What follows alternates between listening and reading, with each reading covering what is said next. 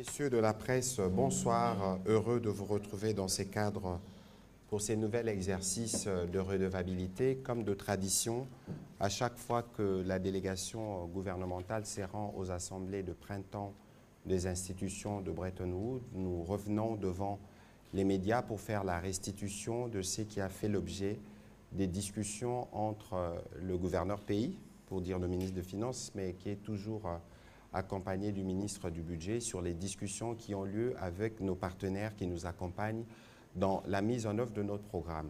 Pour rappel, avec le président Félix-Antoine Tshisekedi Tshilombo, nous avons fait beaucoup de progrès pour la première fois.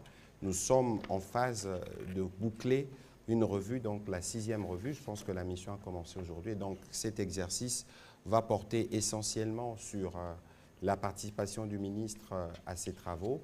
Nous aurons aussi l'occasion, parce que lorsqu'on parle du programme avec les FMI, c'est un programme qui comprend beaucoup d'aspects en interne, notamment comment nous dépensons, les réformes qui sont implémentées. Nous aurons l'occasion, Monsieur le ministre des Finances, de faire un retour un peu sur la stratégie gouvernementale et les progrès que nous avons pu faire en 3 ans sous la conduite du Premier ministre Jean-Michel Sama Lukonde et bien évidemment sous la direction du président de la République, Félix-Antoine Tshisekedi Tshilombo. Mais bien avant que je ne vous passe la parole pour vos mots introductifs, je voudrais revenir sur une activité que nous avons eue ce matin avec le président de la République. L'hôpital de Kitambo sera totalement refait et il sera refait par ceux qui étaient hier des Kuluna. Ils sont venus de Kolwezi dans le Lualaba, de Mbujimaï, de Matadi, de Kinshasa et de plusieurs autres provinces. Et ce matin, le président de la République a eu l'occasion d'adresser quelques mots à ces jeunes qui étaient jadis dans la rue, parce que c'est sur eux maintenant que va retomber la tâche de la reconstruction du pays, en passant par la reconstruction de cet hôpital, mais aussi de la défense du territoire. En accord avec la technique, on va écouter le président de la République s'adressant aux jeunes bâtisseurs. Le modèle bokomi lelo aza na esengo mingi ya komona ndenge se transformer bokomi bato ya sika, donc bokontinue boye mboka ezali kotiela bino mpenza motema tokotonga mboka oyo na bino babâtisseur mpe tokodefendre mboka na biso na bino babâtisseur. Bino au moins bomoneli mboka oyo pasi bokoyeba ntina ya kodefendre mboka na biso contre banguna oyo bazali kokotisa baza kolinga kokotisa milinga na mboka na biso. Nzambe abatela bino, biso toza na nsima na bino, tokotika bino te, botikaka malamu. Natombeli bino mpe mosala malamu aba tokokutana mpe lisusu ntango boosisa misala na bino. Merci na bino. Voilà un progrès significatif pour ces jeunes désœuvrés. La police poursuit dans ces cadres l'opération Panthère Noire qui a déjà aujourd'hui réussi à rassembler encore 500 jeunes qui vont être déversés pour la formation et contribuer justement à la main-d'œuvre dont le pays a besoin pour sa reconstruction. Monsieur le ministre des Finances, bonsoir. Vous êtes un habitué de cet exercice de redevabilité. Ça, c'est parmi justement les derniers exercices de la primature dirigée par le Premier ministre Sama Lukonde. Donc nous aurons l'occasion de passer un peu en revue les discussions que vous avez eues aux assemblées de printemps, d'où vous venez, et quelles sont les perspectives. Finalement, qu'est-ce que vous direz aux Congolais moyens de ce que nous arrivons à obtenir des partenaires des institutions de Bretton Woods. Dans un premier volet, vous pourrez aussi revenir sur quelques réformes, notamment sur quelques progrès que nous avons faits en termes de gestion de finances publiques. Voilà, Monsieur le ministre des Finances, vous avez la parole. Merci beaucoup, Monsieur le ministre, chers collègues. Bonsoir à tout le monde. Je voudrais d'abord, une fois de plus, saluer cette initiative de réhabilitation de l'hôpital de Kitambo, qui était un des premiers hôpitaux de Kinshasa. 1952, m'a-t-on dit. Ah, non, on nous a dit avant ce matin. ça, parce que ma mère y est née. Ma mère est née là-bas en 1940. Donc, voilà. Et donc, c'est un hôpital qui date d'il y a beaucoup plus longtemps que ça. Et ça symbolise un peu la volonté du chef de l'État de continuer à réveiller ce pays, à lui offrir une véritable renaissance, comme on l'a vu avec l'hôpital de la Mamayemo, qui s'appelle d'ailleurs hôpital de la Renaissance. De la Renaissance, voilà. Il a été rebaptisé. OK. Donc, voilà, s'agissant du programme avec le FMI du voyage à Washington, Ce qu'il faut retenir, c'est que ce voyage avait une connotation particulière parce que c'était à la veille du début de la 6e et dernière revue du programme triennal que nous avons mis en œuvre avec nos partenaires du FMI. Ce programme avait pour objectif de commencer à remettre le pays sur les rails, sur le plan de la gestion financière, la gestion économique, sur le plan des réformes, pour permettre au pays d'aller encore plus loin. Et donc, si nous sommes arrivés à la 5e revue, ça veut dire qu'on a parcouru beaucoup de chemin. Vous savez qu'à chaque revue, il y avait une évaluation approfondie de tout ce que nous avons fait en matière de gestion budgétaire, en matière de gestion monétaire, en matière de réforme économique. Et nous avons pu passer toutes ces étapes, ce qui est une première parce qu'on n'avait jamais été fait. Et comme on a toujours dit, le FMI, c'est une forme d'auditeur qui regarde comment notre performance, comment nous rendons compte de ce que nous faisons, comment nous performons dans notre politique, dans la mise en œuvre de notre stratégie, de notre vision. Et lorsqu'il nous donne, il approuve une revue, ça veut dire que nous évoluons dans la bonne direction globalement. Nous sommes arrivés pour la première fois de notre histoire à dépasser la 5e revue. Et donc, cette 6e revue qui commence demain, parce que l'équipe du FMI est arrivée hier et aujourd'hui, va nous permettre, si tout se passe bien, de conclure pour la première fois un programme. Et c'est très symbolique de conclure un programme, parce que nous sommes dans un monde qui est un peu globalisé, et donc toute l'attention du monde économique mondial est sur les pays qui performent. Et l'un des éléments, c'est de savoir quels sont vos rapports avec l'institution à qui nous avons confié le rôle de gendarme financier. C'est le FMI au niveau mondial. Et donc, c'est important de savoir comment nous performons, comment nous sommes vus. Et nous avons, depuis les 3 dernières années, rétabli beaucoup d'habitudes qui avaient été plus ou moins perdues.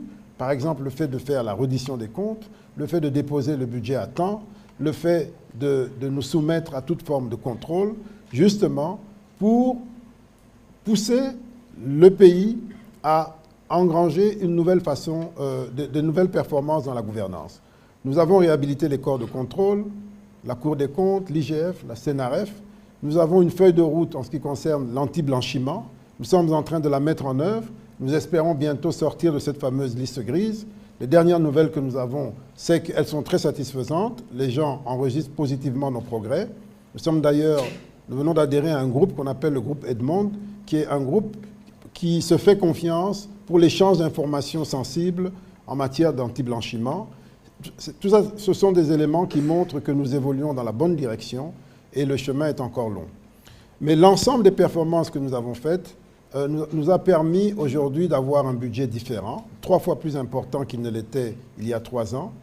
Et nous avons également pu mobiliser des ressources extérieures beaucoup plus importantes, plus de 5 milliards environ de ressources extérieures pour financer le développement. Nous avons également, sur le plan secteur privé, vu un accroissement net de l'investissement direct étranger. Lorsque vous comparez, en 2020, on était environ à 1,4 milliard. Aujourd'hui, en 2024, on est à 2,1 milliards. On était successivement à 1,4 milliard, 1,6 milliard et puis 2,1 milliards aujourd'hui, en 2 milliards projetés pour 2024. Ça veut dire que l'image générale du pays, le profil du pays, sont tels que les investisseurs privés accroissent leur investissement dans le pays, les investisseurs publics, c'est-à-dire l'aide publique au développement, les pays, misent davantage sur notre pays.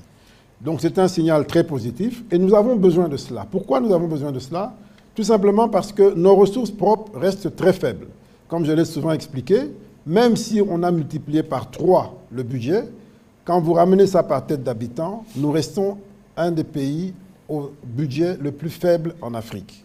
Et c'est ça le défi que nous avons. Donc nous devons accroître notre budget, notre mobilisation interne, accroître le PIB, c'est-à-dire la richesse nationale, mais aussi accroître notre capacité à mobiliser des financements extérieurs, qu'il s'agisse des financements publics, ce qu'on appelle la dette, mais tout n'est pas dette parce qu'il y a aussi des dons, ou bien qu'il s'agisse des investissements privés. Et par rapport à tous ces éléments, nous avons fait des bons significatifs pendant ces 3 dernières années qui nous permettent d'envisager l'avenir avec plus de sérénité. Et tous ces efforts ont fait que les agences de notation, qui sont des agences indépendantes, très rigoureuses, ont estimé que notre pays ne devait plus être considéré comme un pays de spéculation totale où il n'y a pas de perspective d'investissement. Progressivement, notre pays devient une destination pour les investissements. Et nous voyons beaucoup d'investisseurs s'intéresser à nous, s'intéresser à ce qui se passe, parce qu'ils pensent que progressivement, on va pouvoir mettre en valeur notre potentiel qui est un des plus importants en Afrique et même dans le monde. Donc, nous avons des raisons d'être rassurés par rapport à l'action menée par le chef de l'État depuis 5 ans, et particulièrement depuis 3 ans que nous avons conduit le programme. Je dis depuis 5 ans parce que dès le début de son mandat, dans son discours d'investiture, il avait déjà annoncé les couleurs. Il avait annoncé l'ouverture, il avait annoncé le programme avec le FMI, il avait annoncé beaucoup de choses que nous sommes en train de mettre en œuvre. Aujourd'hui, nous avons la gratuité de l'enseignement primaire, de l'accouchement et bientôt de l'enseignement secondaire. Tout ce qu'il avait annoncé, qu'il portait dans sa vision, on commence progressivement à le dérouler. Alors, qu'est-ce qui va se passer maintenant si nous terminons ce programme, si nous l'achevons comme il se doit? D'abord, nous aurons donné le message que nous savons être un peu sérieux. Parce que jusque-là, depuis 1960, nous n'avons jamais réussi à terminer un programme. Et ce n'est pas des choses faciles de terminer un programme. Parce que lorsque vous devez gérer les dépenses de l'État, que vous avez toutes les pressions, tous les besoins, toutes les ambitions qui viennent sur votre table, il faut être rigoureux, il faut être solide pour canaliser ça et maintenir l'essentiel en fonction de principes donnés. Ces principes donnés, c'est quoi? C'est protéger les dépenses sociales, c'est protéger les dépenses d'investissement, c'est assurer la sécurité, tout ça dans un cadre donné, c'est-à-dire avec des ratios, une structuration bien donnée. Ça, nous avons réussi à le faire contre vents et marées, et c'est ça qui nous a valu les résultats au stade actuel. Maintenant que nous sommes en train de l'achever, nous allons entrer dans une autre étape, celle de l'approfondissement des réformes. Il faut accélérer ces réformes. Il faut accélérer les réformes sur le plan social. Nous avons eu gratuité primaire, nous allons passer au secondaire. Nous avons eu couverture pour les accouchements. L'ambition du président, c'est d'élargir ça à l'ensemble de la santé, ce qu'on appelle couverture santé universelle. Pendant la période qui vient, pendant le quinquennat qui commence, ça sera une des grandes ambitions. On va voir jusqu'où on pourra aller en fonction des moyens qu'on va mobiliser dans le pays et à l'extérieur pour assurer la couverture. Il y a des grands progrès qu'on a faits en matière, par exemple, de retraite. Au moment où nous sommes arrivés aux affaires, un retraité de la fonction publique gagnait entre 2 et 10 $ par mois. Aujourd'hui, grâce à la caisse de changement que nous apportons, dont les effets se font dans la durée, mais qui changent totalement la donne. Parce qu'il n'y a pas pire que de travailler toute sa vie et que de tomber dans la grande misère juste parce qu'on a pris sa retraite. Et ce sont des exemples d'efforts qui ont été faits. C'est là où est allé votre argent, l'argent des Congolais. On a payé à la caisse de retraite pour chaque employé du secteur public.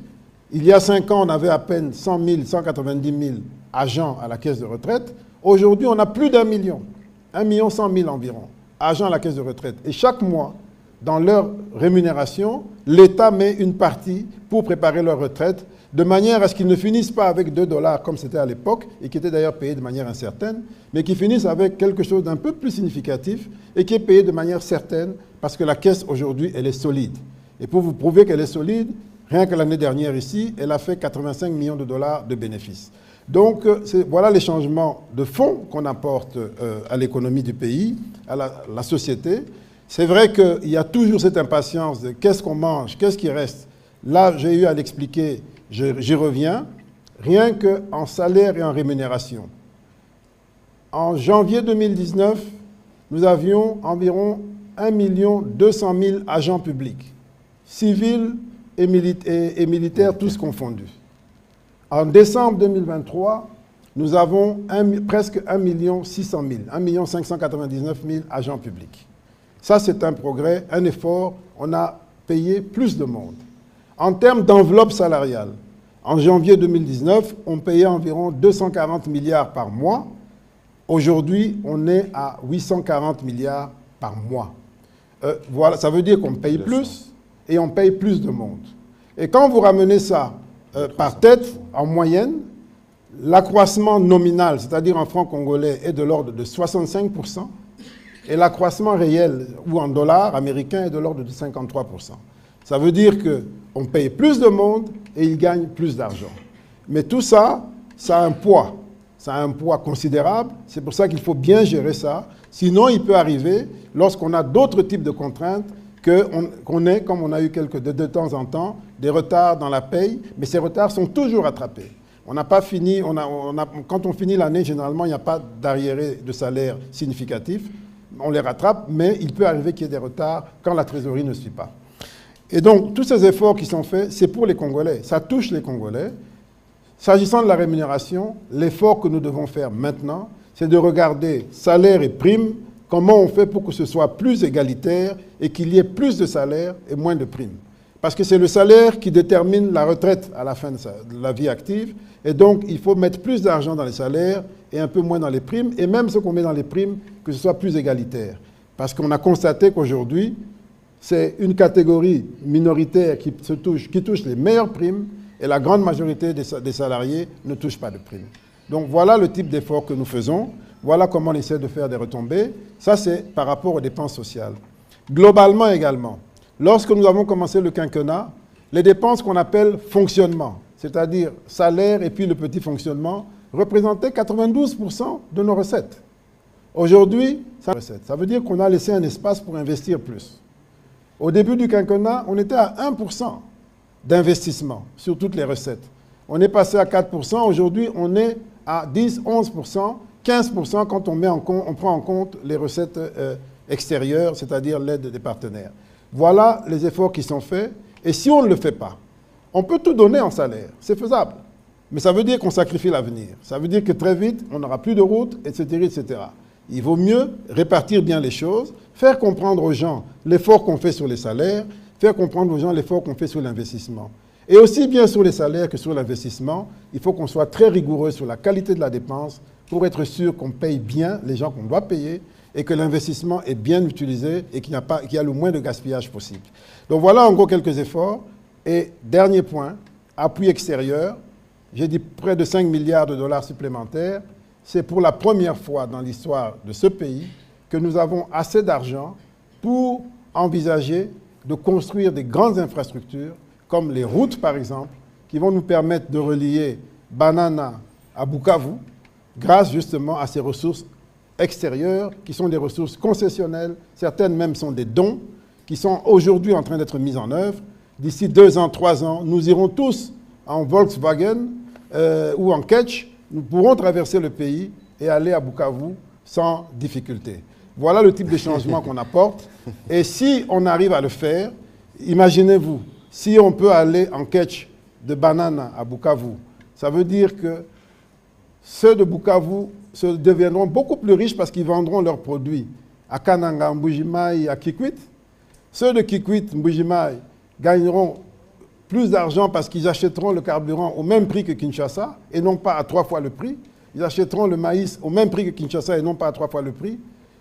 Voilà le changement, voilà le développement qu'on essaie d'apporter. Et je vous le dis, je vous le confirme, d'ici 3 ans, on aura connecté le pays, on aura transformé ce pays.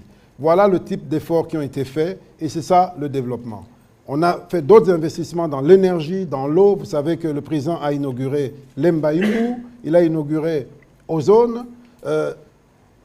On a aussi fait des forages, peut-être qu'on en reparlera. Bref, on a fait beaucoup d'investissements pour s'assurer que les Congolais puissent avoir accès à l'eau parce que c'est une denrée essentielle. Ce sont des biens de base pour la survie.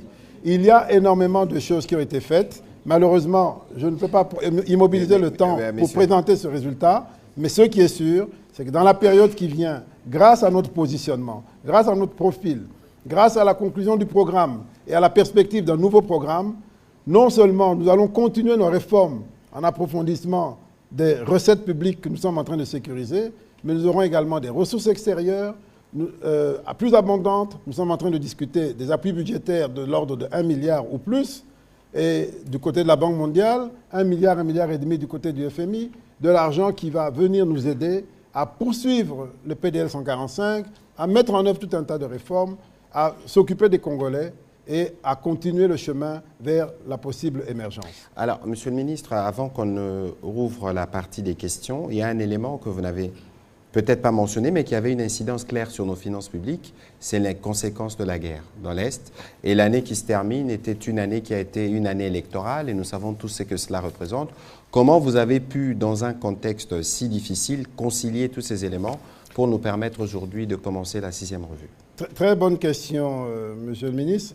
Justement, à l'époque où 92% de nos ressources propres allaient au fonctionnement, dépenses courantes, on ne réservait que 3% à l'investissement au maximum, et puis 1% ou à peu près aux dépenses exceptionnelles du type dépenses sécuritaires. Aujourd'hui, en 2023, nous réservons au moins donc 10%. En 2023, on a 10% pour les dépenses d'investissement, on a 22% pour les dépenses exceptionnelles sécuritaires, essentiellement. C'est beaucoup, mais c'est parce que la guerre progresse et nous devons nous équiper. Nous avons en face de nous un adversaire qui est équipé et qui est même aidé. Vous savez qu'il reçoit des aides à gauche et à droite. Et nous devons, nous, avec nos moyens propres, faire un effort. Et nous avons aujourd'hui 22% de nos ressources qui vont là-bas. C'est aussi en partie à cause de ça que parfois nous avons des difficultés de trésorerie. Notamment pour le premier trimestre ici, où nous sommes montés à 27%. Rien que le premier trimestre de 2024, 27% des recettes sont allées dans les dépenses exceptionnelles à caractère sécuritaire. 27%. Et donc, c'est ça qui nous perturbe un peu parce que ça a tendance à augmenter. Bien sûr. Et c'est ça qui nous perturbe, mais on n'a pas d'autre choix. On doit assurer la sécurité du pays. Il n'y a pas d'État sans territoire. Et donc, nous avons l'obligation de le faire et le chef de l'État est totalement engagé là-dedans. Voilà, merci beaucoup, Monsieur le ministre. On va commencer cette série de questions avec Monsieur Eric Izami et puis ce sera Monsieur Bomboka. S'il vous plaît, une question, comme ça nous ferons une économie du temps. Même si je sais que ce n'est pas évident quand on a le ministre des Finances en face. C'est vraiment pas évident, Monsieur le ministre. Merci de la parole. Tout de suite, je commence par féliciter les efforts du gouvernement par rapport à tout ce que vous avez pu faire pour l'État. Mais je voudrais être moi aussi optimiste comme vous, parce que nous sommes Congolais d'abord, avant d'être journalistes. Je voudrais quitter Banana pour aller à Bukavu. Je veux vraiment être optimiste. Mais moi qui suis ici, je ne sais pas aller voir ma maman qui est ici à Barumbu, alors que je suis à Gombe, la voisine, c'est Barumbu. Mais je ne sais pas m'y rendre parce que Kabina n'est pas praticable, Kabombar, etc., etc. C'est lui qui a été fidèle dans de petites choses pour aller être dans de grandes choses. Il y a un bus qui s'est encastré sur Kassai. J'ai étudié au collège Jelika, je pouvais faire le pied de Kassai jusqu'au niveau du boulevard. Aujourd'hui, c'est impossible de le faire. Mais bon, nous vous encourageons pour les efforts pour qu'on puisse avancer. Mais monsieur le ministre, tout celui qui vous rencontre aujourd'hui, j'ai commencé par féliciter tout ce qui est fait comme effort, évoquera la question de ce que nous entendons et enregistrons comme son de cloche. Il y a un de nos confrères qui vous accuse aujourd'hui d'avoir surfacturé le montant qui devrait revenir à la concrétisation de projets liés au forage et puis au lampadaire.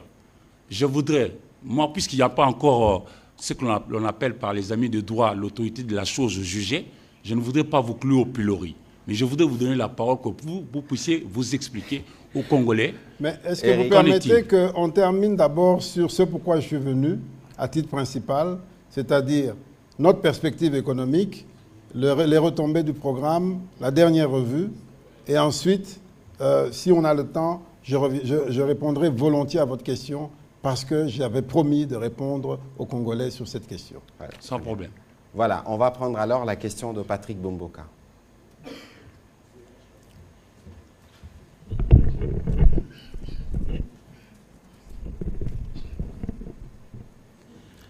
Merci. Bonsoir, Monsieur le ministre. Vous venez de l'évoquer, une équipe FMI est dans nos murs, justement pour poursuivre les discussions autour de la 6e revue. Dites-nous, Monsieur le ministre, vous n'avez plus assez de temps avant la conclusion, justement, de cette 6e revue. Quels sont les derniers chantiers à terminer pour boucler cette revue? Merci. Okay.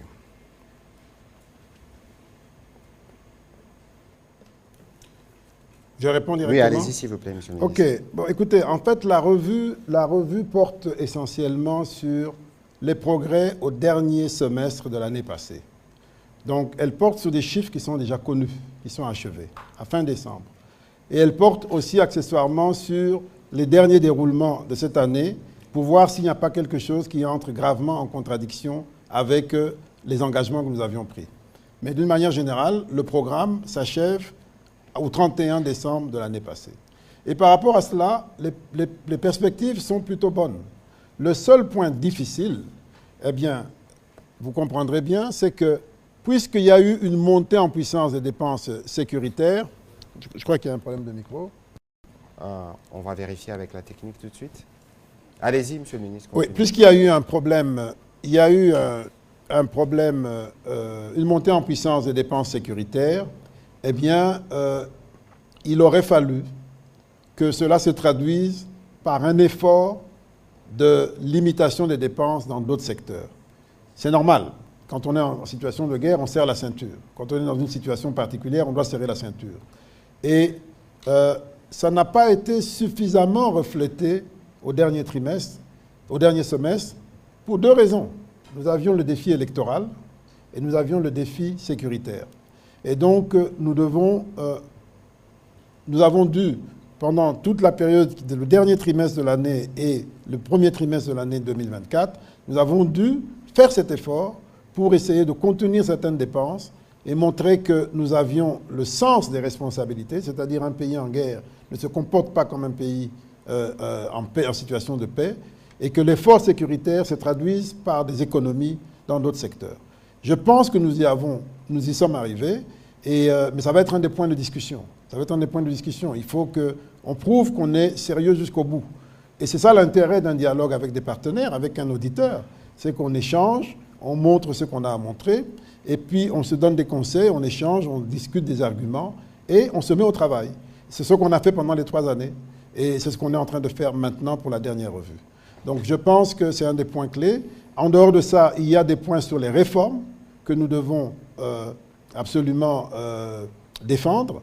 Nous avons, parce que quand on a des difficultés d'argent, il n'y a que 2 solutions possibles. Diminuer les dépenses ou bien accroître les recettes. Et bon, nous avons voulu travailler sur les 2. Diminuer les dépenses autres que les plus urgentes, comme les sécuritaires, et puis accroître les recettes. Et ça, c'est le résultat de notre vigilance sur le plan des recettes, ce qu'on appelle l'effort des services, mais aussi de nos réformes. Et nous avons initié quelques réformes, nous devions les accélérer. Par exemple, la facture normalisée, qui va nous permettre bientôt de faire un bond considérable sur la TVA. En principe, le 6 mai, on commence les opérations avec un échantillon d'entreprises qui seront soumises à ce dispositif de facture normalisée, digitalisée. Et d'après les éléments que nous avons, cette facture normalisée, lorsqu'on sera en vitesse de croisière, c'est-à-dire à partir de l'année prochaine, on pourra s'attendre à faire un bond sur la rubrique TVA de l'ordre de 1 milliard, 1,5 milliard de dollars supplémentaires. Ça, c'est un exemple. Nous avons les jeux de hasard. Les jeux de hasard dont le chiffre d'affaires consolidé est de l'ordre de 1 milliard de dollars, mais nous ne recevions en termes d'impôts que 1 million, maximum 2 millions, souvent même moins d'1 million de dollars qui entraient dans les caisses du Trésor. Quand on compare avec les autres pays, nous devrions recevoir minimum 100 millions, mais peut-être même arriver à 200 millions, même plus d'impôts sur les jeux de hasard.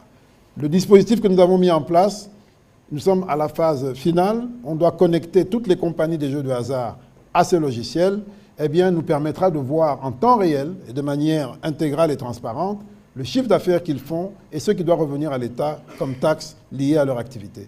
Ces 2 exemples, il y en a d'autres également. Il y a les plaques minéralogiques qui vont être changées bientôt. Et donc, ça va faire tous ces autant d'éléments de changement qui vont nous permettre d'accroître les recettes et nous desserrer un peu la contrainte. Voilà, on va prendre les questions de M. Marlon Kachamon.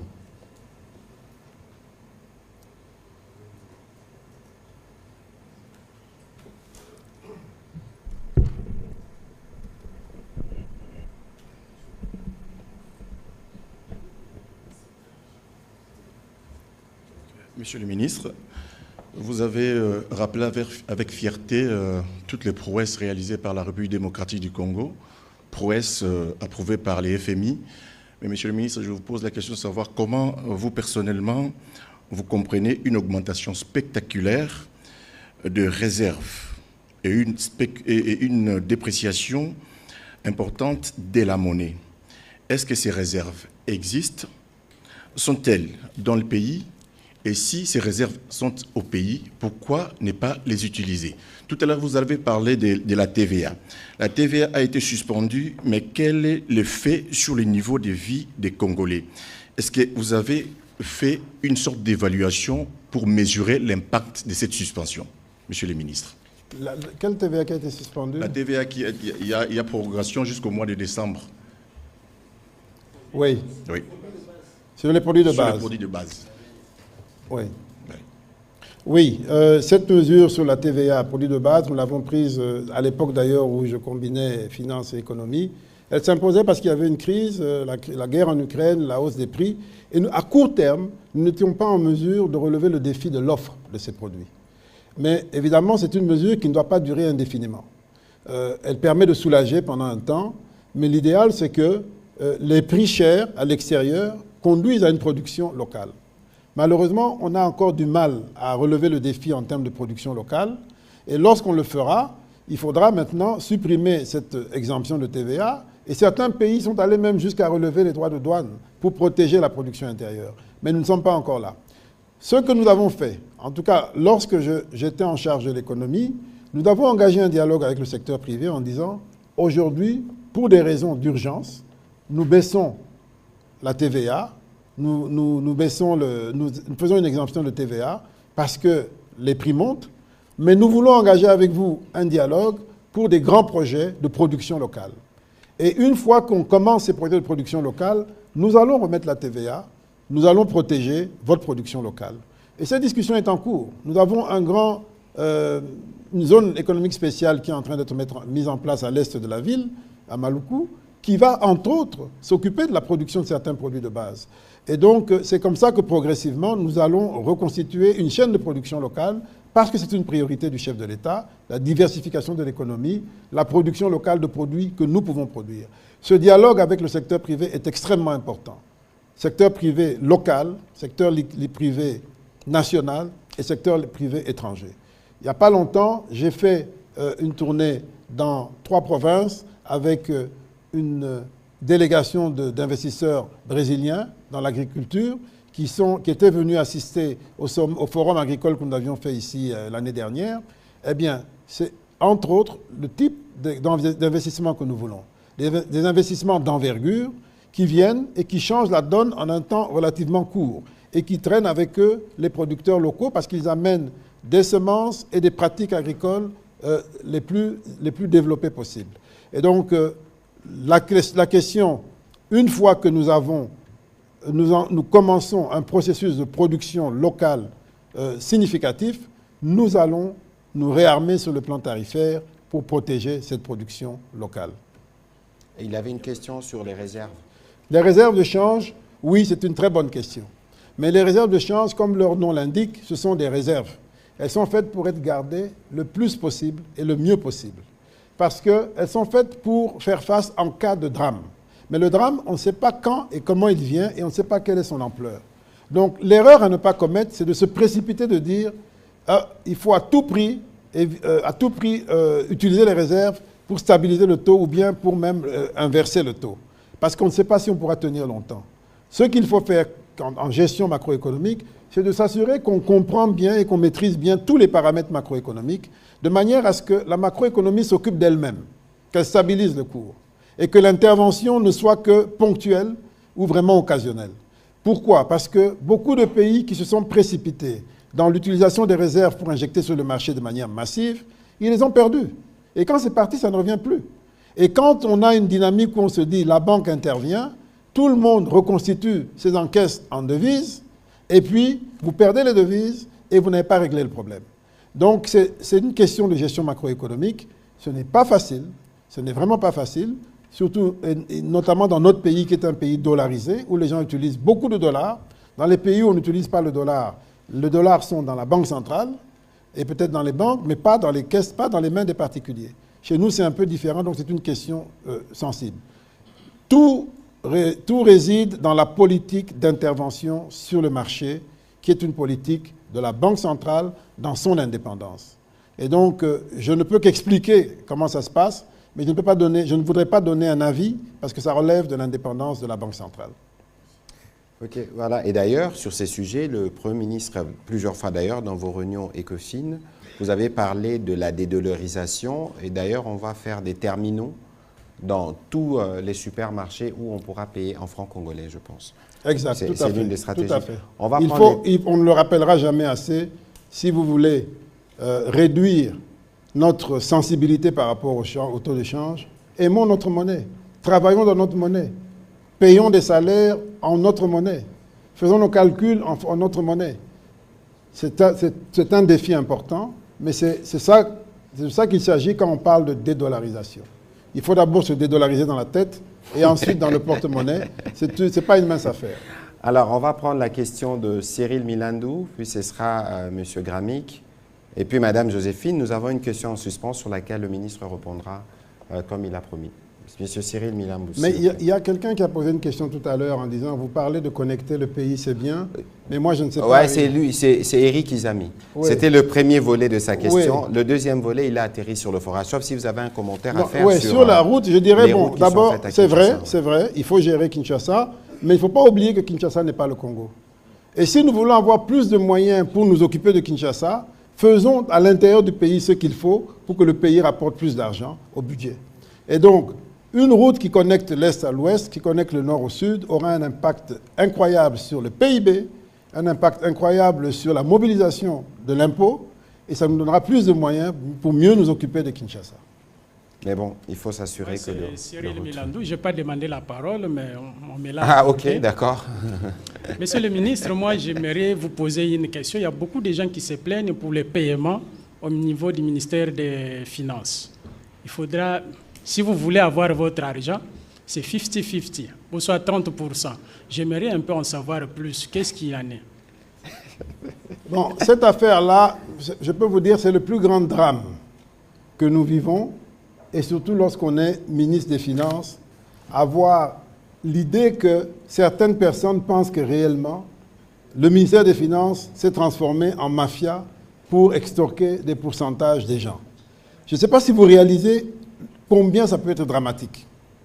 Surtout pour quelqu'un qui a vécu dans des environnements où ce n'est même pas concevable. C'est un vrai drame. Mais qu'est-ce qui se passe? Il s'agit de... D'abord, il s'agit d'un problème national où, malheureusement, chaque fois que l'on veut rendre un service ou qu'on se fait rendre un service, on demande quelque chose au passage. Et qu'est-ce qui se passe? Des gens qui viennent fréquenter le ministère se permettent parfois de monnayer leur intervention auprès du ministère. Mais je vous dis que moi, chaque fois que j'ai le moindre indice qu'on fait monnayer, soit je ne fais pas le paiement qui m'est demandé, soit je confronte la personne au bénéficiaire justement pour mettre fin à cela.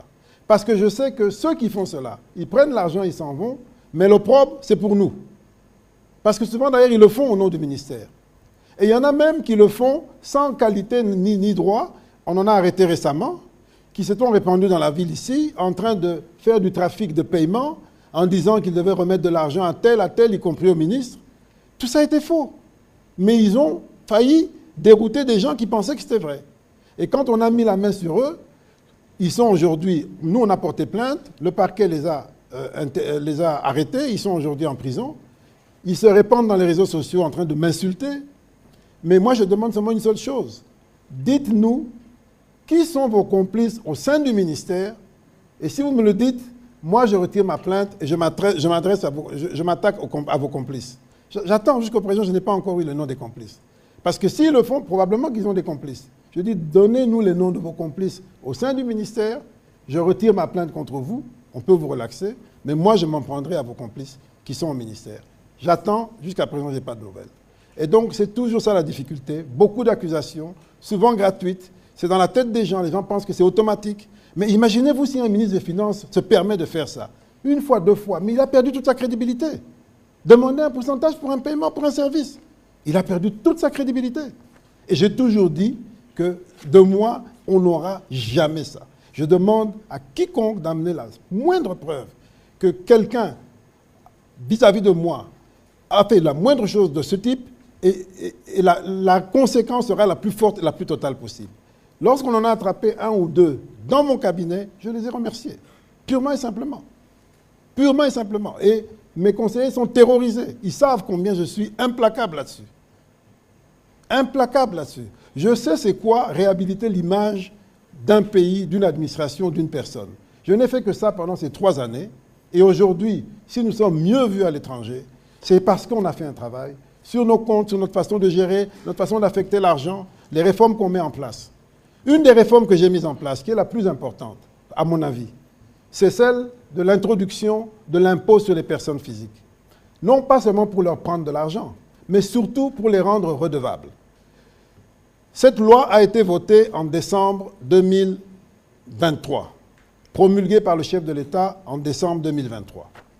Avec cette loi, à partir de 2025, vous et moi, nous tous qui gagnons un peu d'argent, nous aurons l'obligation d'avoir une feuille d'impôt, d'avoir une déclaration d'impôt, une échéance. Aujourd'hui, on ne le fait que pour les entreprises qui créent la richesse. Mais les individus qui prennent cette richesse, qui achètent des biens, des maisons et tout, ils sont redevables de rien. Moi, j'ai introduit ça. J'ai introduit cette réforme pour que ça change. Et de mon point de vue, c'est la meilleure contribution au changement des mentalités. Je l'ai fait moi-même, j'ai été fonctionnaire international dans des banques internationales, dans des organisations internationales à l'ONU. Pendant 15 ans, les 15 dernières années, chaque année, je déclarais mon patrimoine à travers le monde. Parce que j'avais des biens ici, j'avais des biens à l'étranger, je déclarais tout. Et chaque année, je devais justifier. Dès qu'il y avait une différence qu'ils n'arrivaient pas à comprendre de plus de 10 000 $, on ne validait pas, je devais m'expliquer. Et je l'ai fait pendant 15 ans. C'est la raison pour laquelle j'ai dit, cette réforme, je vais l'introduire dans le pays. Et je l'ai faite. Et avant même qu'elle soit applicable, parce qu'elle sera applicable en 2025, j'ai dit, pour qu'on s'entraîne, pour qu'on expérimente et qu'on essaie de comprendre, j'ai demandé à la DGI de l'appliquer à titre expérimental et volontaire depuis l'année passée. Par un arrêté ministériel, j'ai demandé que les gens déclarent leurs revenus, même pas le patrimoine, juste le revenu, c'est-à-dire les salaires et tout, et qu'ils déclarent la part de revenus qu'ils ont payés en IPR, juste pour qu'ils s'entraînent et qu'ils se préparent. Ce n'était pas obligatoire. J'ai fait un arrêté pour cela, c'était en attendant la loi, qui elle, sera obligatoire. Je vous dis, tous les retours que j'ai reçus étaient essentiellement du secteur privé, le secteur privé formel. Ils avaient le souci de le faire. Ils allaient sur le site, parce qu'on pouvait le faire à la DGI sur le site, ils posaient des questions, comment ça marche, on n'arrive pas et tout, et puis ils le faisaient. Secteur public, aucun intérêt. Aucun intérêt. Moi, j'ai fait ma déclaration. J'ai fait ma déclaration et j'ai eu mon quitus fiscal. Et demain, ça sera obligatoire pour tout le monde. Pas seulement pour les revenus, mais également pour le patrimoine. Vous avez une maison, elle sera fiscalisée, on saura. Et donc, c'est comme ça le changement. Ça va rendre tout le monde responsable et tout le monde égaux dans la responsabilité. À mon avis, c'est la meilleure façon de réduire la corruption de manière solide et structurée. Voilà, encore que pour ça, Monsieur le Ministre, il faut faire beaucoup de sensibilisation justement pour que nous puissions tous avoir cette culture fiscale. On prend en série les 2 dernières questions, Madame Mawete, Monsieur Enoch, Matondo, puis vous pourrez revenir sur la question qui vous avait été posée par Eric Izami et que Gramik aurait voulu poser à son tour.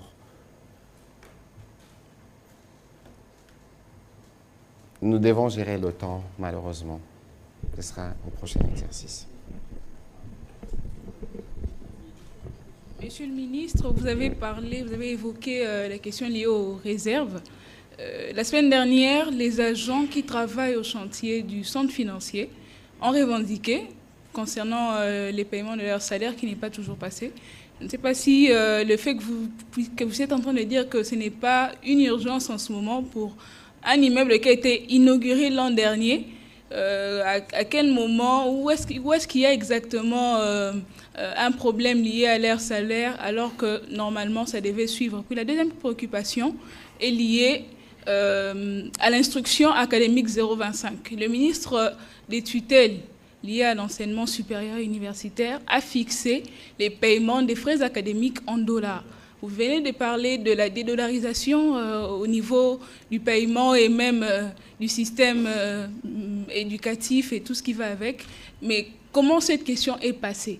Je me dis que si c'est passé par un ministre, c'est passé par le Conseil des ministres. Donc vous êtes au courant que le paiement des frais académiques dans l'institution publique sont faits actuellement en dollars.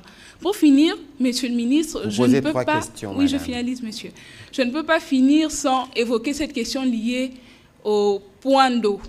Qui a signé, qui a négocié les coûts des constructions des points d'eau dits forages? Puisque dernièrement, j'ai vu un communiqué qui débloquait les paiements adressés au ministère du Développement rural. Alors je me dis, si vous êtes au courant, qui a négocié les coûts de ces points d'eau? Merci. Bon, on va y revenir. Voilà.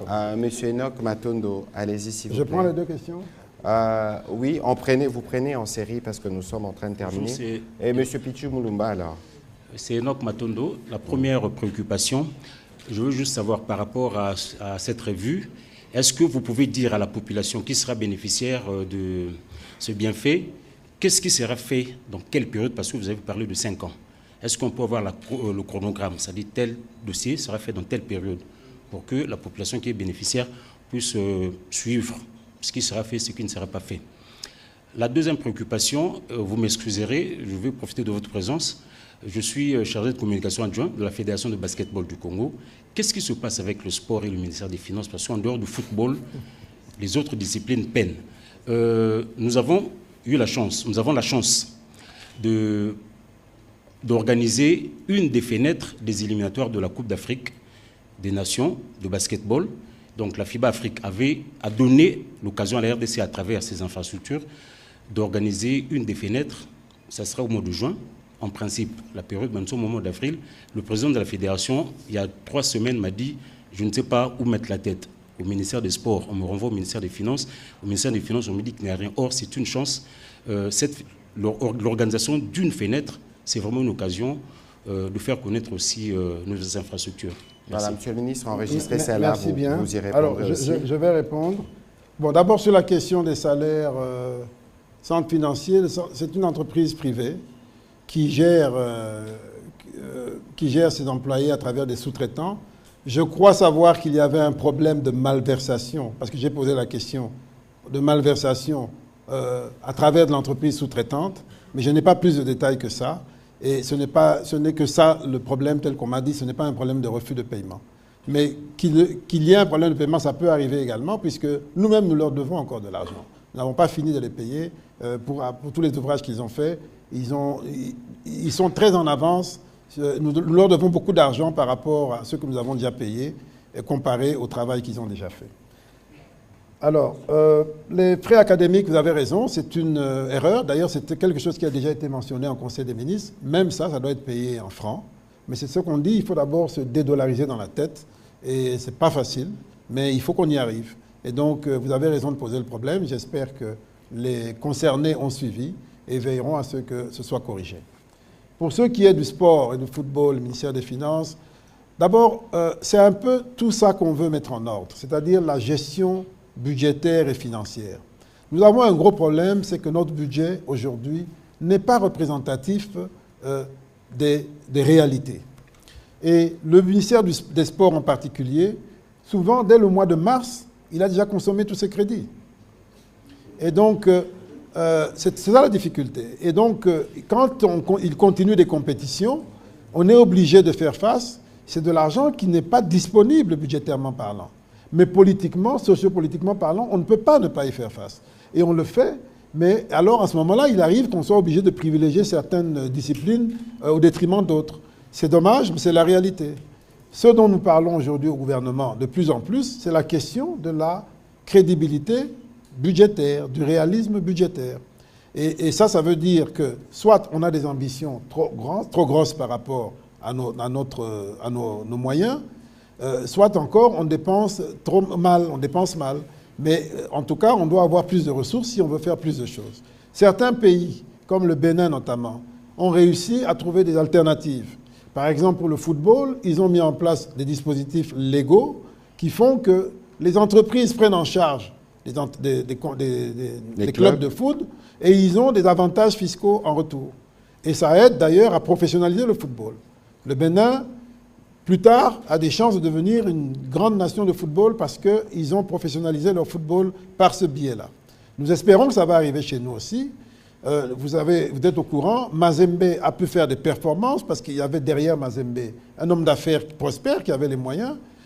Aujourd'hui, Vita Club vient d'être pris en charge, racheté, si je peux dire, par un homme d'affaires prospère qui a les moyens, avec de l'ambition, qui lui-même déjà a un autre club, un club de foot en Turquie, un club de basket, etc., en première division. Donc, aujourd'hui, on espère faire entrer ce professionnalisme en utilisant les entreprises. Certainement qu'on va devoir ajuster notre législation pour que ces entreprises soient motivées pour accompagner le sport. Ça va donner un peu de répit à l'État. Donc il y a encore des réformes à faire, mais je comprends le souci. Malheureusement, la plus belle femme au monde ne peut donner que ce qu'elle a. Voilà, on va prendre rapidement Pichou Moulumba et M. Gramik. Ce seront les deux dernières questions. Et puis nous reviendrons sur la question d'actualité. Merci beaucoup, Monsieur le Ministre. J'ai deux petites préoccupations sur les revues. Quelles sont les réformes majeures, y compris structurelles, qui ont été mises en œuvre grâce au programme du gouvernement appuyé par les FMI? C'est la première préoccupation. Quelles sont les réformes majeures, y compris structurelles, qui ont été mises en œuvre grâce au programme du gouvernement appuyé par les FMI? Et puis, l'autre préoccupation, c'est qu'à ces stades, les preuves sont palpables. La preuve, c'est la 6e revue qui va démarrer. Mais doit-on dire que tout est blanc? Sinon, quels sont les points faibles que les institutions de Bretton Woods soulèvent dans le cadre de la coopération bilatérale avec la RDC? Bon, je commence par cette deuxième question. Ce qui est faible, qui doit être amélioré, c'est notamment la gestion budgétaire. La gestion budgétaire et la gestion de la trésorerie. C'est la raison pour laquelle nous avons mis en place la Direction générale du Trésor, de la comptabilité publique et du Trésor, qui est une grande réforme, parce que cette Direction générale sera le cœur du ministère. Elle va révolutionner le travail des comptables publics qui vont devenir des gestionnaires, et elle va sécuriser davantage notre trésorerie et nos dépenses. Ça, c'est un élément important. On vient à peine de commencer, puisque la Direction générale est de création récente. Et donc, si on a un deuxième programme avec le FMI, on va approfondir, on va asseoir cette direction générale dans son rôle, et vous allez voir combien ça va transformer notre façon de travailler. Deuxième élément de réforme que nous avons démarré, c'est que dans la gestion, dans les recettes publiques, on a introduit des logiciels. Il y a Logirad pour les recettes de la DGRAD, il y a Isis Regis pour la trésorerie des recettes, il y a maintenant un logiciel qui est en cours de mise en œuvre pour la gestion fiscale des impôts. Nous avons un data center qui est le plus grand du pays à l'heure actuelle. Il y en aura deux d'ailleurs. Il y en a un premier qui a été fait à Ngaliema, qui sera en fait le backup, et puis un autre qui sera au centre financier, et qui seront deux data centers, et puis un autre à l'intérieur du pays pour sécuriser les données. Et donc, nous aurons ce data center qui va faire que la digitalisation pourra monter en puissance. Nous avons, au moment où nous parlons, comme je l'ai dit tout à l'heure, la réforme sur les jeux d'argent, la réforme sur la TVA, nous avons la réforme même sur la fiscalité, vous savez, les terminaux mobiles, les téléphones et tout ça. La plupart de ces terminaux ne payent pas l'impôt, la douane, ne payent pas la douane. Donc, quand ils payent une douane, c'est une douane au rabais. Nous allons, grâce au digital, pouvoir traquer les terminaux depuis leur source, leur origine, jusqu'à leur utilisation finale, pour qu'ils payent le droit de douane qu'il faut, et personne ne pourra y échapper parce que ce sera électronique. Et donc, ça va également booster les recettes et faire un meilleur suivi. Et nous avons, ça c'est quelques réformes en matière de recettes, bien entendu. En matière de dépenses, la chaîne de la dépense va continuer d'être améliorée, et ça c'est surtout durant le deuxième programme que ça va s'accélérer, pour sécuriser la chaîne de la dépense. Les dépenses d'investissement, aujourd'hui, nous avons déjà défini une nouvelle approche, une nouvelle vision pour les dépenses d'investissement. Nous sommes en train de réformer les agences qui gèrent les investissements, toute la chaîne des dépenses d'investissement, pour mieux les sécuriser, pour qu'on ait moins d'incompréhension et moins de polémiques, comme on en a eu récemment sur ces histoires des stations de forage et autres. Parce que la chaîne de la dépense, notamment en matière d'investissement, n'est pas appropriée aujourd'hui. Et donc, elle dépend beaucoup de la vigilance de ceux qui ont en charge, alors que le système devrait sécuriser tout le monde. Donc on a également en matière de marché public, on a introduit la digitalisation des marchés publics au ministère du Budget, autant de réformes qui ont été faites qui ont vocation à durer. Sur le plan économique, sur le terrain économique, la grande réforme qui me vient en tête, parce que probablement que je vais en oublier d'autres, c'est celle qui concerne le financement des manques à gagner, disons la structure des prix des produits pétroliers. Nous avons d'abord nettoyé, nous avons totalement nettoyé, nous avons fait un audit qui nous permet de voir les failles, les faiblesses. Nous avons économisé près de 70 millions de dollars pendant que moi j'étais intérimaire à l'économie, justement en nettoyant tous les invisibles, toutes les fuites qu'il y avait sur la structure des prix. Ce n'est pas fini, le travail a continué après moi. Mais je parle des chiffres que j'ai en tête de mon époque. On a nettoyé cela. Ça nous a rapporté de l'argent au ministère. Et cet argent que le ministère a eu, ça lui a permis d'acheter un bâtiment. Et aujourd'hui, le secrétariat général de l'économie a un bâtiment. Il n'en avait jamais eu depuis qu'il existe. Et donc, autant de choses que nous avons réformées. Et même sur les produits pétroliers, la deuxième étape de la réforme, c'est sur la structure des prix. Nous avons écarté les miniers de la subvention. Les miniers n'ont plus droit à la subvention. Et donc, c'est autant de choses que nous faisons justement pour sécuriser les recettes publiques, pour apporter plus de transparence et puis pour faire en sorte qu'au final, le prix du carburant n'augmente pas trop. C'est-à-dire que les éléments qui composent le prix du carburant soient mieux contrôlés. Il y a le taux de change, il y a les charges et tout ça.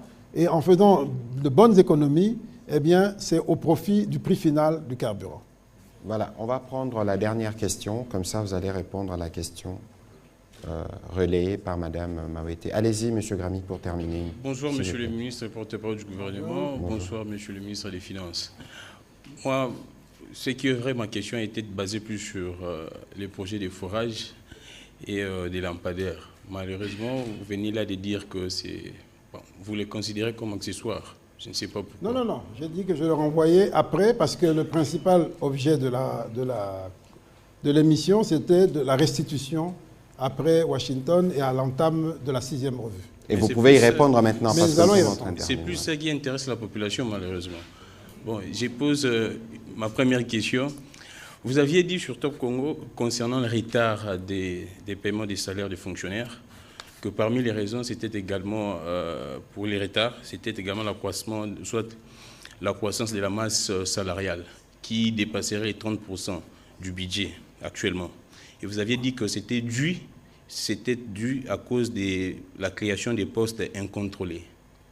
Ma question est celle-ci. Qui crée ces postes incontrôlés et à quel niveau on a créé ces postes incontrôlés? Bon, ça, c'est une très bonne question. Ce n'est pas une question facile, parce que ça touche un point faible. Mais moi, j'aime être franc. Ça ne marche pas? Ça va? Mais voilà, comme ça. Moi, ce n'est pas une question facile, parce que ça touche un point faible du système. Mais il faut avoir le courage de parler des points faibles pour s'améliorer. Moi, c'est ma philosophie, celle que je m'applique à moi-même dans ma vie personnelle. Donc, effectivement, le système de recrutement, aujourd'hui, en RDC, il n'est pas performant. Il n'y a pas une règle claire pour les recrutements. Les gens commencent par venir au bureau parce qu'un oncle l'y amène, une tante, un ami, et puis il se transforme en fonctionnaire du jour au lendemain. Et puis on le glisse dans des listes, et puis pouf, il obtient un arrêté, et tout ça est fait de manière floue. Et ça, c'est une situation de fait qui dure depuis des décennies. À un moment donné, il faut dire, on ne va pas continuer comme ça. Et en plus, on se dit, ils sont là, ils travaillent, on les a acceptés. On ne peut pas les chasser. Donc on doit comment on dit là, les mécaniser, tout ce que vous voulez. Mais on entretient une situation qui n'est pas bonne pour la performance globale du pays. C'est ça, c'est une réalité.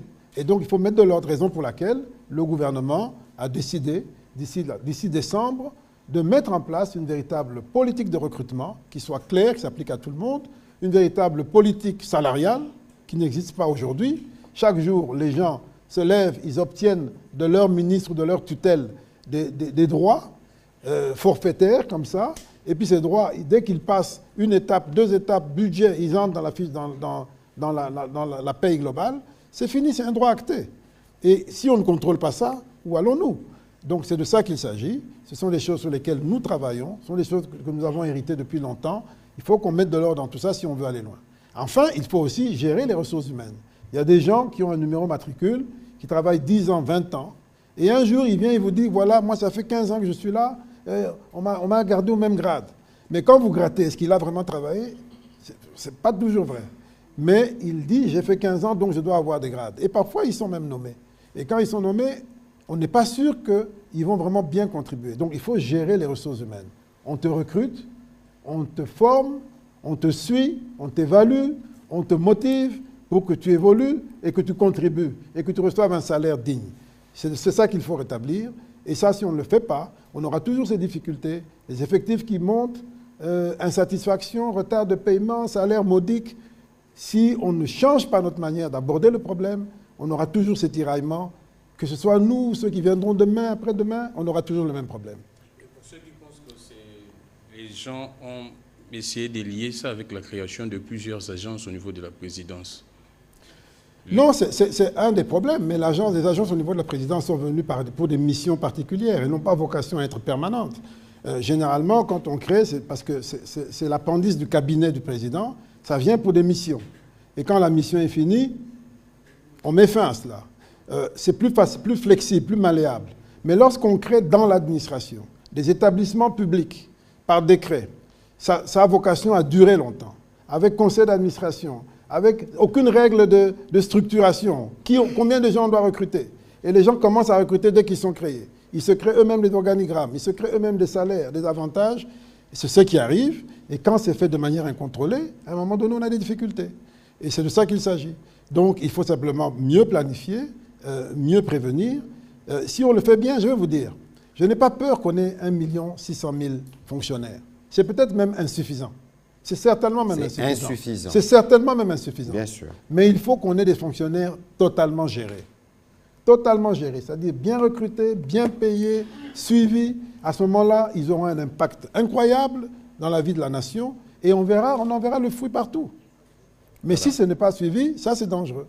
Voilà, Monsieur le ministre, revenons-en à la question sur laquelle M. Dramik est revenu, Mme Awete, M. Eric Izami. Et ce sera la question, la dernière, parce que nous devons clôturer et libérer l'antenne de la télévision nationale. Alors, là, on va parler le sujet qui fâche. Bon, d'abord, je voudrais vous dire que je ne suis pas venu ici pour me justifier. Je ne suis pas venu ici devant un tribunal. Je ne pense pas que vous êtes un tribunal. Vous êtes des concitoyens, des amis pour certains. Je suis venu ici juste pour m'expliquer à des gens qui ont de l'importance à mes yeux, pour qu'ils entendent et qu'ils apprécient que dans ce pays, il y a moyen de gouverner différemment. Que dans ce pays, il y a des gens qui croient en l'avenir de ce pays et qui essaient de faire des efforts et des sacrifices là où ils peuvent le faire, malgré tout ce qu'on peut dire, malgré l'image d'un pays corrompu que nous avons, malgré tous les cachets négatifs qu'il y a sur notre pays. Il y en a qui travaillent, modestement, parfois sans communiquer, à tort d'ailleurs, et qui se battent pour un Congo meilleur.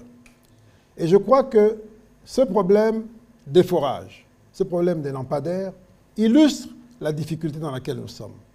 Moi, je ne peux pas venir ici, alors que depuis 30 ans, on dit pays corrompu, pays corrompu.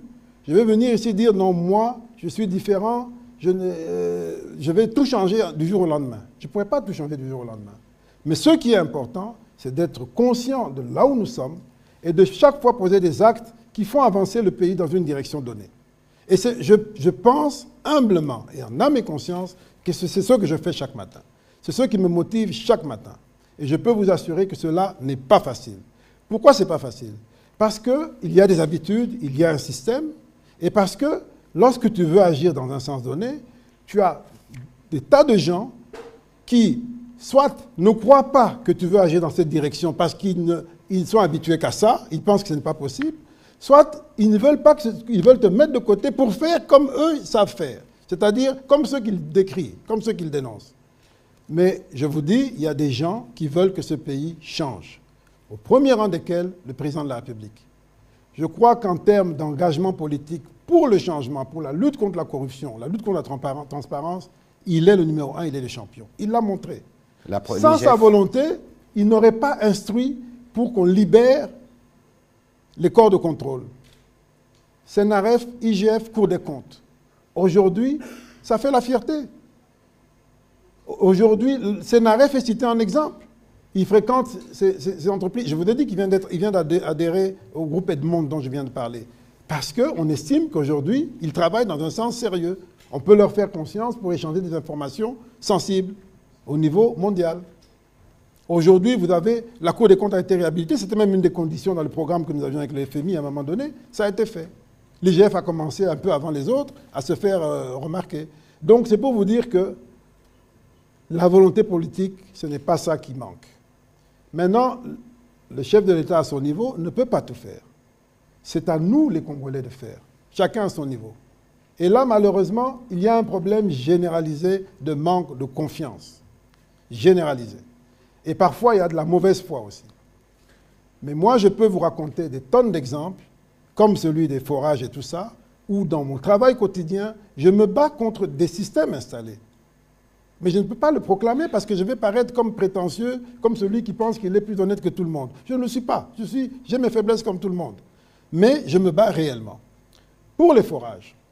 Et si je me suis trompé, j'accepte que vous me disiez que je me suis trompé. Nous recevons, quand nous venons aux affaires, nous recevons un dossier qui n'a pas commencé avec nous. D'ailleurs, on appelle ça forage à tort parce qu'il s'agit de stations d'adduction en eau et de distribution d'eau, quelque chose comme ça. Nous recevons un dossier qui a été signé, boutiqué, avant nous, sous le Premier ministre Ilunga Ilunkamba, par un ministre du Développement rural qui n'est pas l'actuel. Et puis, il a signé, c'est passé au marché public, validé, c'est passé chez le Premier ministre de l'époque, validé, parce qu'il doit signer tous les contrats, et ça arrive juste au moment où nous arrivons aux affaires. Et le ministre actuel nous ramène le dossier en disant il faut faire avancer ce dossier. Vous savez qu'en 2021, nous étions encore dans le contexte de Covid, où la question de l'accès à l'eau était une urgence pour se laver les mains pour des tas de besoins. Et donc, il pousse le dossier de bonne foi.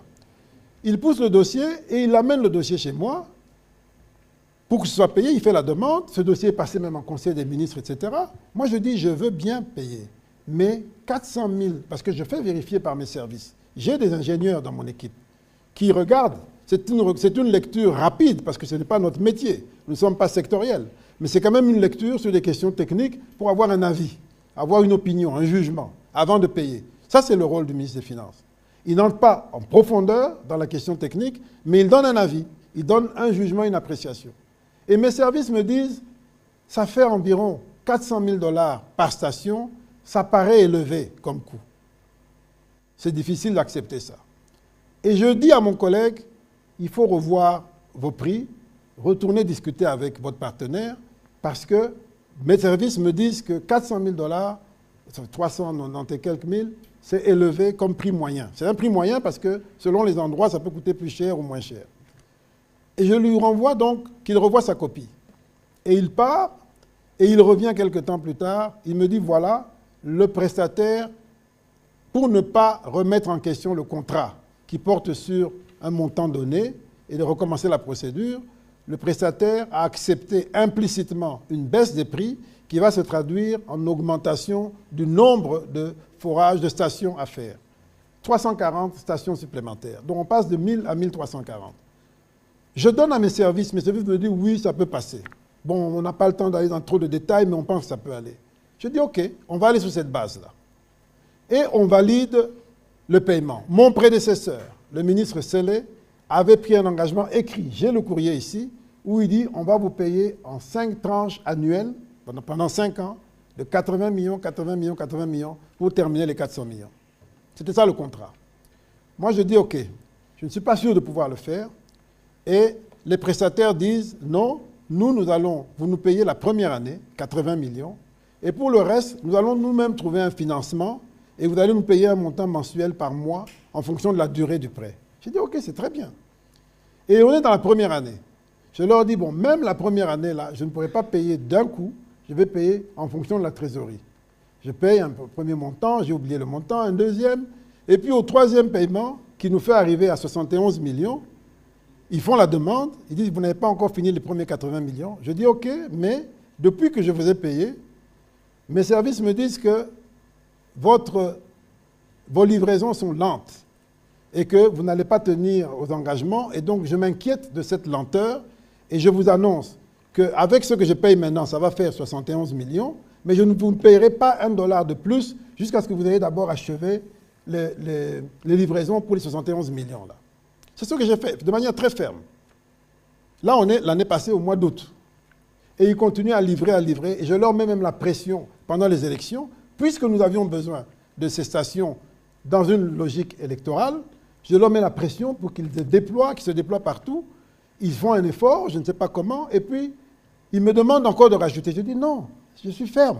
J'ai déjà dit, je ne vais pas rajouter $1, parce que vous devez d'abord livrer pour les 71 millions qui faisaient à peu près 241 stations. Ils ont insisté de toutes les manières possibles. J'ai dit niet. Ils ont même dit, voilà, vous n'êtes pas conforme au programme, au contrat qui avait dit 80 millions. Je dis, j'accepte de ne pas être conforme au programme, mais vous livrez d'abord pour ça. Parce que c'est vrai, le contrat disait 80 millions. J'ai dit, moi, je m'arrête à 71 millions, mais vous livrez d'abord pour ça et après, on continue. Et ils ont pris le temps qu'il fallait, et puis, c'est là qu'on est arrivé. Et puis, l'année suivante, en 2024, il y a quelques semaines, le ministre du Développement rural fait une présentation en Conseil des ministres du projet, en disant, voilà, ça se passe bien, effectivement, on venait de faire des stations à Kisangani et tout, il montre que ça marche bien et tout, et il demande qu'on poursuive. Moi, je dis oui, d'accord, on va poursuivre, mais pas avant, moi je ne paye pas avant qu'on ait d'abord terminé pour les 71 millions là. C'est ça que j'ai demandé et je ne bouge pas de ma position. Ça a été acté comme tel en Conseil des ministres, on est passé sur autre chose. Alors, maintenant, je vois toute une polémique surgir. Je me pose la question, qu'ai-je fait de mal? Qui a surfacturé? D'abord, est-ce qu'il y a eu surfacturation?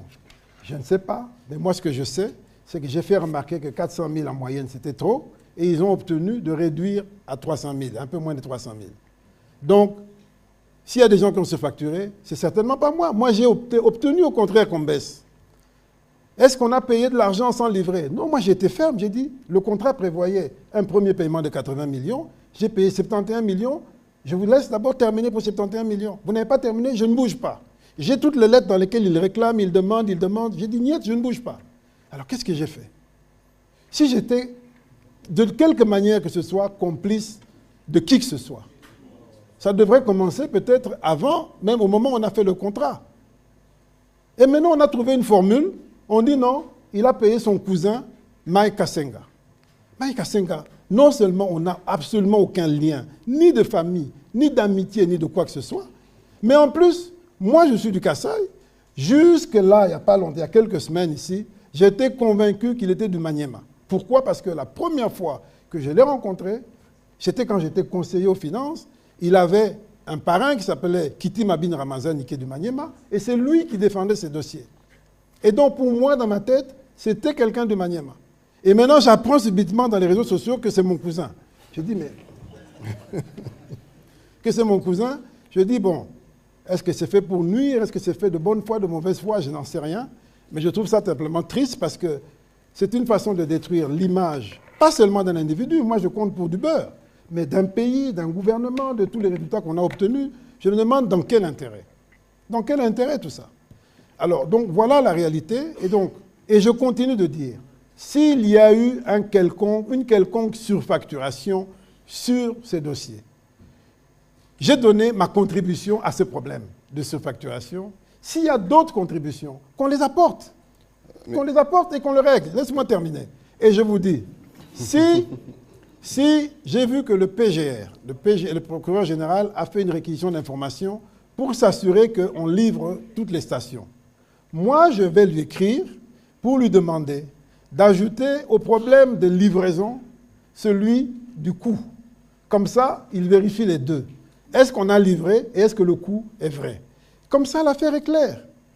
La personne, les prestataires vont rendre compte devant la loi, devant n'importe qui. C'est tout.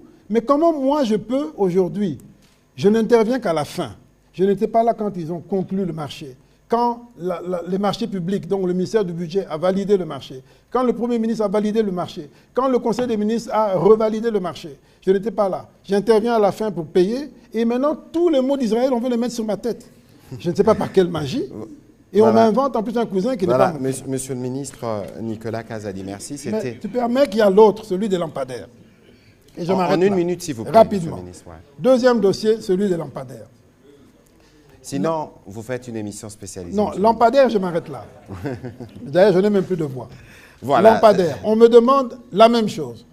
Le gouverneur de la ville, Jean-Tini Ngobila, m'écrit pour me demander de payer 2900 lampadaires, etc., etc. Ça faisait à peu près 4900. Parce que moi, je regarde directement les prix. Je me fais une idée globale.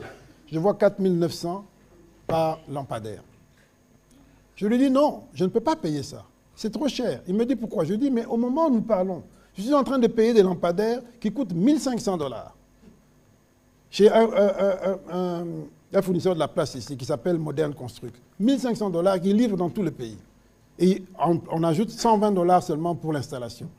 Alors, comment je vais payer à 4 000 ? Il me dit, ce n'est pas les mêmes lampadaires. Je dis, je veux bien, mais même si... On n'a pas besoin de Rolls-Royce de lampadaires ici. On a besoin de simples lampadaires. Il me dit, non, mais le marché est déjà passé et tout. Il a déjà passé commande, tout ça en France, donc il faut payer. Et il fait son lobbying en disant que c'est pour lutter contre les koulouna, etc., et tout, et tout. Et finalement, j'ai dit, bon, comme c'est un gros montant et que je ne suis pas convaincu, j'appelle en premier l'inspecteur général des finances. Je lui dis, voilà, on me fait pression ici pour payer ces histoires de lampadaires, dans le cadre de la lutte anti-koulouna, tout ça.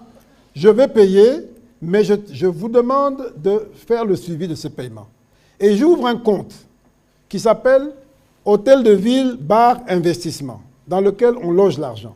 Qui a la signature de ce compte? L'Hôtel de Ville. Pas moi, l'Hôtel de Ville. Et je dis que seulement 30% de l'argent peut être donné aux prestataires pour les travaux locaux.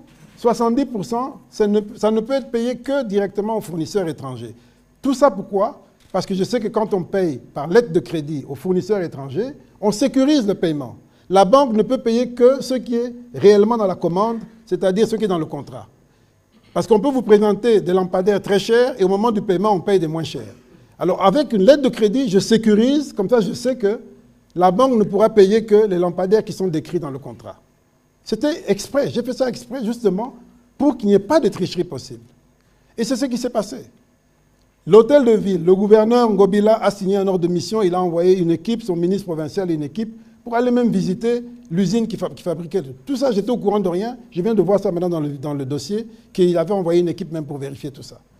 J'entends un journaliste qui est quelqu'un d'intelligent, je sais qu'il est intelligent, mais qui dit comme ça, habillé en soutane, les mains levées, que moi, je ne suis... Il dit, Ngobila n'a rien à voir dedans. Le ministre a lui-même décidé d'acheter et puis de mettre ça sur le dos de l'Hôtel de Ville. Mais moi, je dis, mais c'est un dossier qui m'a été amené sur la table. Le gouverneur est là. Je lui ai même parlé ce matin pour lui dire, je suis désolé, c'est pas correct ce qui s'est passé. Moi, c'est pas mon dossier. C'est à vous de vous justifier de votre marché. Et donc, s'il y a une justification à faire sur le marché, c'est l'Hôtel de Ville. C'est l'Hôtel de Ville et c'est... Voilà, Monsieur le ministre, je crois que comme c'est un sujet qui fait l'objet de beaucoup des discussions et que la cassation, le procureur général s'implique, le moment venu, nous suivrons la procédure. Ici, c'était un cadre où nous voulions parler des performances. Bon, mais je voudrais vous rassurer en 30 que secondes, ces deux dossiers ne sont rien d'autre que l'occasion de montrer le travail qui est fait au ministère des Finances. Et je peux vous dire, ça c'est 2 dossiers seulement, mais il y en a plein comme ça. Mais je ne peux pas commencer à parler des gens en désordre. Il y en a plein où, par mon intervention, on revoit le prix, on annule des contrats, on revoit des contrats, justement pour faire épargner l'argent au Trésor. Voilà, Monsieur le ministre, vous faites votre travail à ces propos. Et d'ailleurs, c'est pour ça d'ailleurs qu'il existe, que le président de la République a voulu renforcer des organes de contrôle, comme l'inspection générale de finances, la Cour de compte, parce que nous devons nous assurer que chaque dollar que nous produisons bénéficie aux Congolais. Je ne vous donnerai pas les mots de conclusion, parce que vous avez déjà plus ou moins conclu, Monsieur le ministre. Nous devons libérer l'antenne. Il y a beaucoup de questions. Enoch, Monsieur Patrick Lacoué et Liévin Luzolo, il y avait beaucoup de questions. Peut-être que nous aurons l'occasion d'y revenir plus tard. Merci à vous d'avoir participé à cet exercice de redevabilité. Merci. Et une fois de plus, je dirais que nous avons un grand pays, mais nous avons aussi des grands défis. Nous devons relever ces défis et ça se résume en peu de choses. Aimons notre pays et aimons les Congolais. Voilà. Merci beaucoup, Monsieur le ministre. Aujourd'hui, c'est le 24 avril 2024. Ça fait exactement 34 ans, je pense, que nous avons commencé la marche vers la démocratie, les multipartismes, l'ouverture. C'est aussi une pluralité d'opinions, c'est aussi des médias libres qui s'expriment. Mais ici, nous devons tous faire un effort pour nous assurer que nous communiquons sur ce qui est vrai. Parce que ce n'est que par la vérité que nous allons aider le peuple à mieux faire ses choix et à comprendre la démarche des dirigeants. C'est pour ça justement que nous faisons cette redevabilité, pour nous assurer que vous êtes dans la même dynamique que nous les dirigeants, avec l'esprit du changement de narratif porté par le président de la République. Merci de votre attention, à une prochaine occasion. Merci.